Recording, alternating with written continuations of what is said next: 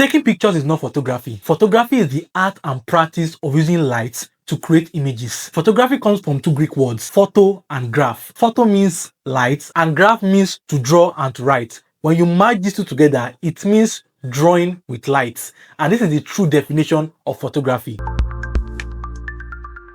Almost everyone with a smartphone today take pictures with their phones, but not everyone that take pictures is a photographer. The difference is in the intention, the creativity, and storytelling. A photographer is anyone who intentionally capture images with meaning, whether with a smartphone or with a digital camera. That is who you call a photographer.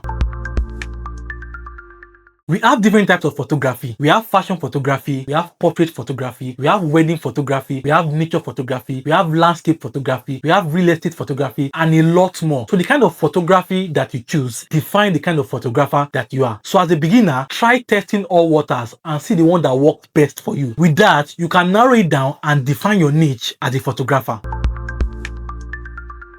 The first and most important equipment you need as a photographer is either your camera or your phone. If you don't have a digital camera, get yourself a very good phone that can take very good and clear pictures. That is the first equipment that you need. Then get yourself a flash. If you are using a digital camera, get yourself a flash that you'll be using to take pictures to light up your subject very well. And next, get yourself a tripod. Very important. You need a tripod for stability. For taking some very stable pictures, get yourself a tripod. And also get yourself a very good memory card for storage purposes. Get yourself a memory card, 128 gig for good storage. If you have enough money, you can get yourself a backdrop stand and a backdrop for taking pictures. But if you don't have, you can use anywhere as your backdrop. As much as it complements your subject, you are good to go. Also, get yourself a soft box. You need a soft box for soft lights. So if you want to get those soft lights bouncing on your subject, get yourself a soft box so that you can get soft light to get nice and vibrant pictures. Also, get yourself a LED light, a very good and bright LED light for just lighting up your subject in case you don't have enough light wherever you are shooting. So you can use the LED light to light up your subject and shoot accurate pictures. With all this equipment, you are good and ready to start a photography journey.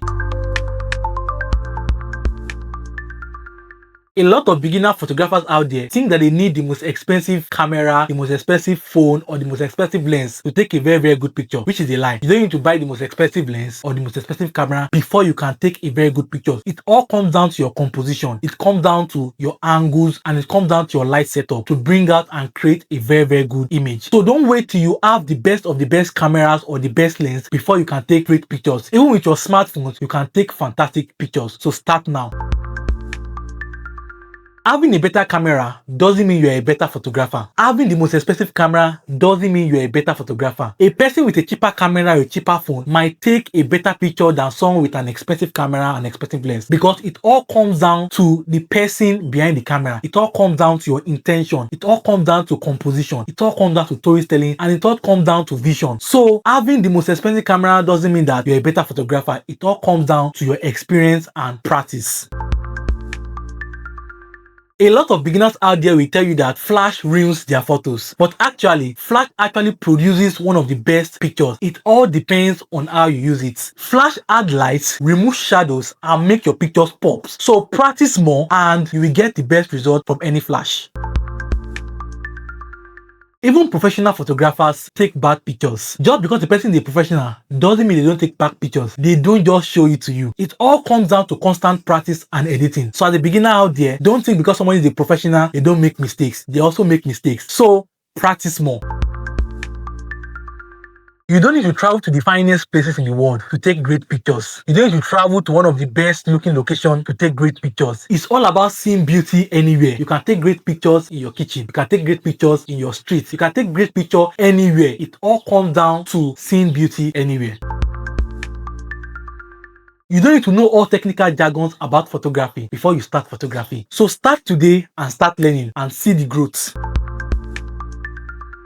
A lot of people out there think that photography is just all about pressing the button. It's very easy. It's just for you to just carry your camera and just be clicking buttons and taking pictures. Photography is way more than that. It's about creativity. It's about composition. It's about your lighting setup. It's about your intention. So photography is not just about pressing or clicking buttons. It's about capturing moments and creating memories.